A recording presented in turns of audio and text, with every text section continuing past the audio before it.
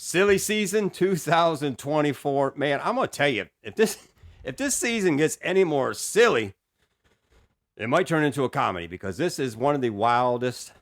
Well, hell, let's just talk about it. 3, 2, 1.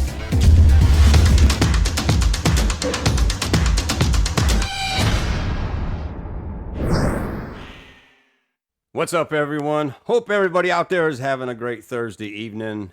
Sure, Cory LaJoie probably not having the best of Thursday evenings right now, but man, that's what we're going to talk about here for just a brief moment. You know, I heard this news earlier today, and I didn't dive into it. I just wanted to think about it and just kind of dissect what was going on, what was really happening here, and and then a little while later, I jumped on the internet to see what was going to be talked about, hit that Twitter, X, whatever the hell you want to call it.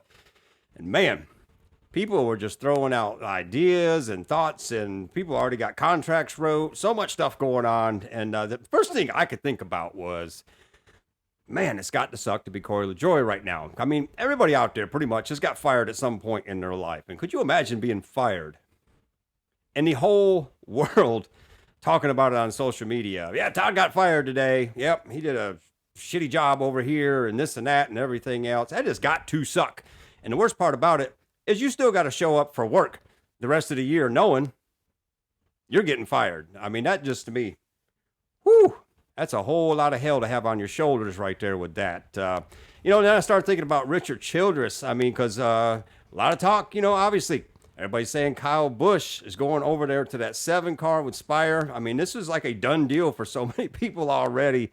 And I was thinking about Richard Childers, and I'm like, I just watched this dude, clip of him over there at the Trump rally, speaking to everybody on behalf of Trump. And now he's over here looking, going, damn it, am I losing Kyle Busch? What's really happening here? So man, that's just mind blowing. It's crazy the what happens to public figures like this, and it's something I think a lot of people don't really grasp when they say things, but that's the nature of the beast. But with that said, it's why I respect all these people, because they put up with a lot of BS, and man, more than I'd want to do. So, but anyways, let's talk about this right here. Obviously, yes, everybody's talking about Kyle Busch going over there to Spire to take over that 7 car. No doubt it could be a possibility. I mean, there's a lot of possibilities right now, but so many people have already got this done. Like their contracts, they already think it's sealed, signed, and delivered and everything else. But there's a lot of things that could go on with this still. I mean, obviously, Richard Childers would have to take a buyout and let him go. People are also throwing Austin Hill going over there, taking over the 8 car, because that's that's where he's going. And it could be a very workable deal right here. But of course, Spire would have to buy him out and bring him over there, which I find very interesting. Obviously, Spire is spending money left and right to do what they need to do to become a really top-tier level NASCAR team and fight for wins week in and week out. And they brought over Rodney Childers, and that was going to be a big part, a big piece of this puzzle to make a lot of things happen. And that right there got me thinking, like, come on, Cory just signed this extension on his contract. He was saying, I'm going to be there. I've been a part of this. I want to continue being a part of this. It looked like the team wanted all this to happen. And then all of a sudden, he's canned. And so that got my mind thinking right here, was this part of the deal with the situation? Because if you look at Rodney Childers, he pretty much probably could have wrote his own contract for a lot of different race teams to go over there and finish out his career and do what he wants with who he wants. And is that part of what's going on right here? Did he say, you know what? I will come to this team, but I don't want to be partnered with Cory. And is that what made this sudden change, this crazy, silly season news that dropped out of nowhere today, that Cory LaJoie will no longer be in that 7 car? So, not saying that's what's going on. Not putting any words in Rodney Childers' mouth, because everything right now is just speculation. But that's just kind of my first thought, if that's what's actually happening. And you got to look at this too. It might not be Kyle Busch that he wants in that car. I don't know who else really could make changes at this point right now, but there's possibilities. And the reason why I say this in so many ways is because you got to look at the drivers that they got over there at Spire right now. You got Carson Hocevar, you got Michael McDowell. And I could see Rodney being a great pairing with either one of these guys. Now, when you add into the mix Kyle Busch, Here's where I look at.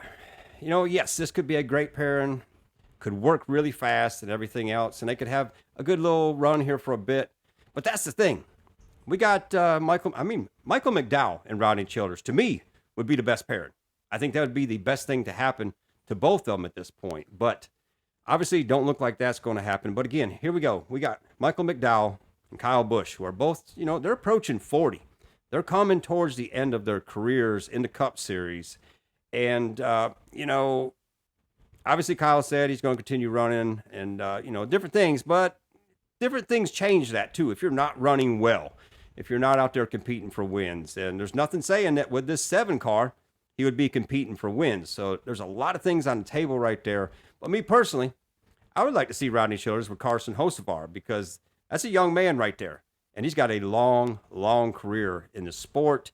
And a pairing like that, they could continue to build year after year after year without a time limit. There's no threshold of how long this pairing could be together. So I don't know. I just find all this interesting. This entire silly season this year has been mind-blowing. I mean, I can't remember a silly season here over the last several years that's been this wild.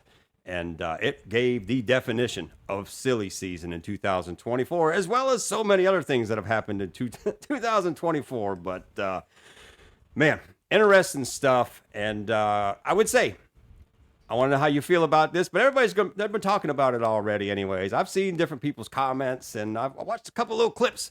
Some other people on here on YouTube, what they had to say about things. And I honestly wasn't even going to do nothing right now, but I'm like, you know what?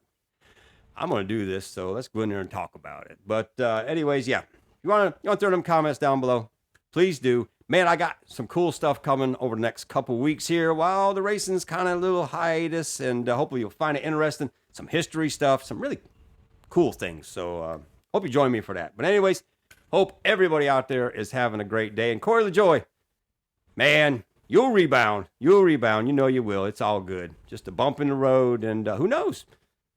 Could be a road to a better thing for you. So, but anyways, hope you're having a great day. And as always, we'll see you at the checkered flag.